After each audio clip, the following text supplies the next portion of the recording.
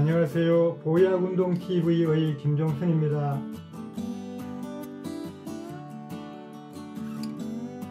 안녕하세요. 저는 김종순 명예교수의 강의 내용을 배달해드리는 자칭 인공지능 보약운동 박사입니다. 구독과 좋아요를 눌러주세요. 그것은 불우이웃 돕기 사랑입니다. 이 유튜브 수익금 전액이 춘천 시립양로원 등에 기부되기 때문입니다. 평균 사망 연령은 세월이 흘러가면서 상당히 달라질 수 있다고 합니다. 사망 나이를 좌우하는 가장 중요한 요인은 무엇일까요?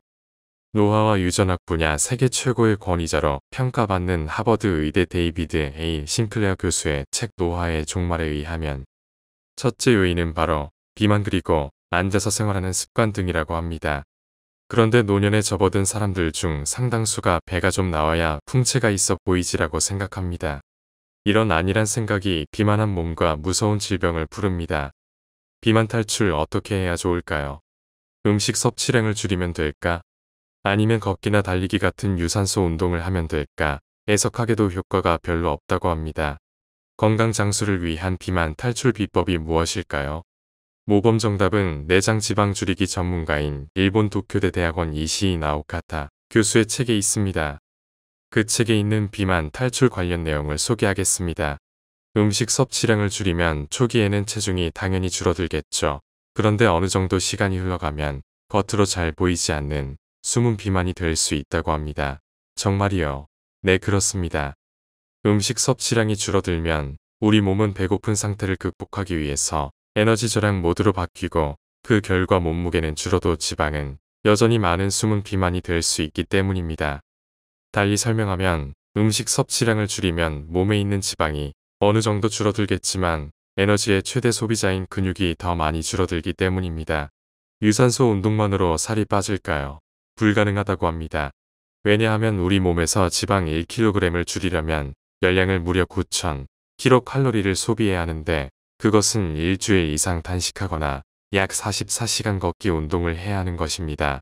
이러한 점을 감안할 때 음식 섭취량 줄이기와 유산소 운동만으로 비만 탈출하려는 것이 얼마나 비현실적인지 알 수 있습니다. 그렇다면 효과적인 비만 탈출 방법은 없는 것일까요? 아닙니다. 과학적인 방법이 있습니다. 즉, 그 책에서 제시한 다음과 같은 방법을 활용하는 것입니다. 첫째, 근육 운동을 먼저 한 후 유산소 운동을 하는 것입니다. 근육 운동 자체는 무산소 운동이므로 지방을 소비하지 않지만 근육 운동을 하고 나면 몸의 성장 호르몬과 아드레날린이 분비되는데 이 두 물질은 지방을 분해하여 연소되기 쉬운 상태로 만듭니다. 그러므로 근육 운동 후 걷기 같은 유산소 운동을 하면 탄수화물과 지방의 소비 비율이 4대 6 또는 3대 7이 되는 것으로 밝혀졌습니다. 그런데 유산소 운동만 하게 될 경우 탄수화물과 지방의 소비 비율은 고작 5대 5 정도라고 합니다. 강조합니다. 비만 탈출을 원하시면 근육 운동 후 유산소 운동을 하세요. 그렇지 않고 유산소 운동 후 근육 운동을 하면 운동 효과가 거의 없게 될 수 있습니다. 둘째, 운동 횟수는 매주 2 내지 3회로 충분합니다. 근육 운동을 매주 2회 하실 경우는 하루는 상체 운동을, 나머지 하루는 하체 운동을 하시면 좋습니다. 매주 3회 근육 운동을 하실 경우엔 본 보약운동TV에서 방송했던 내용들 중 첫 번째 날은 근테크 1편, 당기는 보약운동을, 두 번째 날은 근테크 2편, 미는 보약운동을, 세 번째 날은 근테크 3편, 하체 보약운동을 하시면 비만 탈출에 도움이 될 것입니다. 어르신들이여, 희망을 갖고 힘차게 보약운동에 도전해보세요.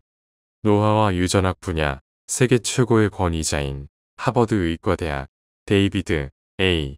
싱클레어 교수에 의하면 심장박동수와 호흡률을 약간 높이는 강도로 운동을 하면 그 운동 효과는 노인일수록 더 좋다고 합니다. 보약 운동들을 규칙적으로 하셔서 더욱 건강한 삶을 즐길 수 있게 되시기를 기원합니다.